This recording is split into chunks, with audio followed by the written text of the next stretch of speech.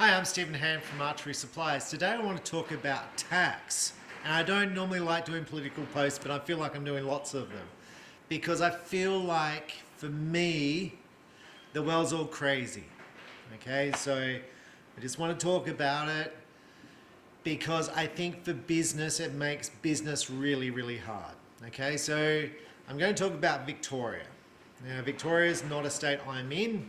It's one of the biggest states, and they had a premier down there who all the Victorians loved. His name was Dan Andrews, and Dan ran up a huge debt down there, right? So then Dan exits stage right, and I could talk a little bit about the debt, and I will talk a bit about the debt. So Victoria was going to hold the Commonwealth Games. So it's like the Olympics, but just for everyone but America, because we don't want to compete against the Americans because they're too good. That's the Commonwealth Games. So Australia can win lots of stuff, right? Now, we held the Commonwealth Games in Melbourne previously. In fact, one of my friends was the organiser of it, the CEO, and so all the infrastructure's in place. But Dan comes in and he's like, I've got a better idea. We're going to put it all out in the country and build all these facilities in the country areas, and it's going to be great for regional Victoria. And it's going to cost some amount of money. I don't know what it was. I don't even care what it was. But anyway, the costs came in, and the costs were 5 times what he estimated. So then Dan's like, oh shit, that's not good. We've got no money because we're broke, because we're blowing so much of it, right? So then he pays, I think, Scotland to host the games, and he pays Scotland, I think, the amount which it was actually going to cost to host the games in Australia. Now, we could have hosted the games in Brisbane, okay, Gold Coast. That guy, the Lord Mayor up there, is like, yeah, we'll do it. And because they also had the infrastructure in place, because they've held it before too. So their plan was, we'll just hold it where it's been held before, save the costs of building the stuff. But anyway, he then paid billions of dollars to have it shipped off overseas. Okay, so this is all good, and people vote for him. He's very popular, and I'm not trying to have an argument about left versus right politics. Okay, I'm not doing that. Anyway, so the new premier comes in. All right, so she's still from the left, but the government's going broke, so she's like, I've got to raise taxes. So here's what we're going to do to raise taxes. We're going to increase the land tax. Now, I'm going to explain what land tax is, because I get lost on all the different taxes, and different countries are different. Okay, so I'm going to explain this for friends in America and overseas, how our tax system works in Australia. So when you go to work, you get taxed. So you get taxed, let's say 30% of your salary gets given to the government. When you go and spend money, 10% of it goes to the government. So whatever you buy, 10% of it goes to the government. That's called a GST. If you own a company in Australia, so my company, 30% of my profit goes to the government. So 10% of my sales goes to the government, and 30% of my profit goes to the government. Okay? Now, if I own a property, like here I own a property, I pay land tax. Okay? I pay land tax to the government because I own property. Okay? That's fairly standard in most of the states. Now, there's also rates which you have to pay. So my rates for this property that I'm in right now, top of my head, cost, let's say, about $4,000 a year, and it's probably a bit more than that, because my rates in this council are $20,000 a year. So I pay $20,000 council rates a year. That's for my bins to be picked up. But then I also pay land tax. It's a tax for the state government. Now, if you sell property in the state, you also pay a stamp duty on the sale of the property. Okay, so these are all your taxes. They're your big taxes, and there's some other taxes, but that's the bulk of it. Okay, so basically, if you're working, there's not much left over. So what Victoria did was, what we're going to do is we're going to increase the land tax. So anyone who owns property, we're going to increase the amount which you've got to pay. So there was a sandblasting rural business whose land tax, he owned, I think it was about 2,000 square meters of land.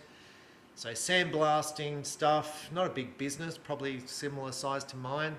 His stamp duty, his land tax was $2,000 a year. It got increased to $200,000 a year. It was all on the news here last week. Now that makes the business not affordable, okay? Like, so he can choose to go out of business. He could try and up his rate of sandblasting, how much he charges people, creating more inflation. Or people can get their sandblasting done by people from interstate. Okay, so businesses will move out of Victoria, businesses will go broke, then other people will take up that, and eventually the whole drive will be of reducing the cost of property. Okay, so the property values will decrease, so therefore the amount of land tax will decrease. So even though they're making $5 billion from this tax a year, it will reduce because land costs will go down, okay? Which, maybe that's fair, okay? What I'm saying is where I live in South Australia, our current Premier is spending money like it's going out of fashion with no accountability, and I'm not having a go at him or what, that's just what's happening. And my fear, this was a very affordable, when I moved to this state 10 years ago, it was very affordable to own a house. It was very affordable to set up a business. It was very affordable to rent. There was so much opportunity I saw in this state. It was a cheap spot to do business. There was employment, so you could get staff. They could buy houses literally right next to my shop. They could have a nice life. It was good. We're next to the beach. It's good. And then all of a sudden, literally in 2 years, property went through the roof like 3 or 4 or 5 or 6 times. There's homeless people and they continue on this street of spending money and giving money overseas. Okay? While fish are dying in the ocean and there hasn't been any rain for a year, so the farmers are in a drought, okay? So what worries me is wages are going up and up and up because the government comes in and goes, we're going to up wages. So what worries me is then the government goes, well, how are we going to make more money to pay for all this expansion of all this money that we were spending? And they're going to say, hey, Victoria had a great idea. Let's just have a land tax. Let's up the land tax by 10 times. Now, while you think this is probably not going to occur, I own properties in other states and my council rates increased from $1,000 a year to $5,000 a year. And these are pretty average, very, very average houses that I bought when I was 20. So they went from $20 a week to $100 a week in just having my bins emptied, basically. That's what the council does, empties my bins. Simplistic, they provide libraries, but emptying my bins is a large part of the council.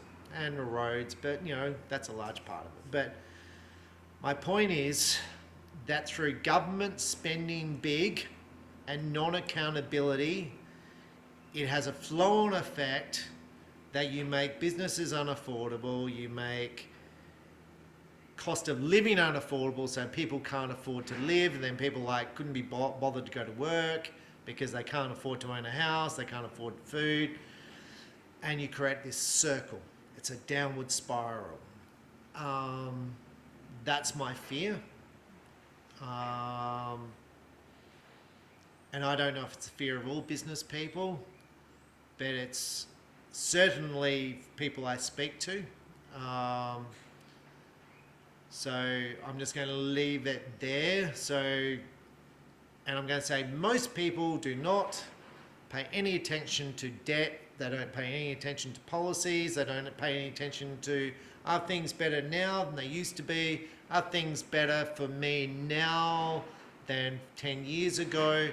And they vote accordingly. They do not do that. They don't go, life is better now, so I am going to continue for the government in, or life is not better now, I'll vote for a new government. They don't do that. They just vote the way they vote. And it's like, so as a business, someone who holds lots of stock, it becomes a worry. Becomes a worry for me, because every time I have a shipment come in, you know, the shipment might be $30,000 for that, and then Bowtech just came in, that's $30,000. And what else did I have in this week? I had in Elite, that was $30,000. I had Flex Fletch, that was $8,000 in the last week. I had Accel in, that was $35,000. God, it might be more in this week. All the Accel sites are just behind me there, just there. It becomes very, very scary. Okay, I can't stress it enough. That having a business is tough. I've been a public servant, great, fantastic work, love it. And you're in this happy place where you get the salary in every week and you can just go out and spend what you like. And you get all these holidays. It's fantastic. So anyway, that's my thing of what's happening in Victoria. And I imagine it's going to happen here. And I'm going to finish this video on that this state where I am now is now the 6th most expensive city in the world. We were always a poor city and now we're the 6th most expensive. The disposable income of the average Australian has dropped off. We used to be wealthy. Melbourne used to be the wealthiest city in the world in 1900, and now there's all these homeless people. It's like I'm going to say Australia's an amazing place. We have massive amounts of exports of natural resources. We're filled with natural resources. We're the second biggest lithium, second biggest gas, biggest uranium, I think, second biggest of steel in the world.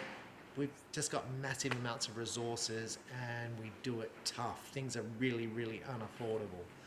So, and what this means for me in my business, when bows used to be $400, I'm going to say 30 years ago, and people would buy them, people would buy PSE stingers and PSE drives.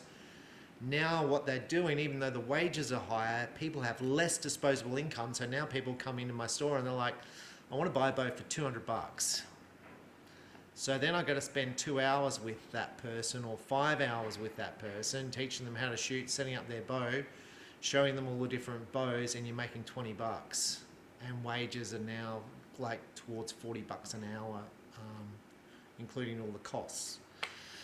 So anyway, I'll leave you with that because I know that there's a whole movement, especially in the Western world, for this massive spending and the massive uncontrolled spending on things.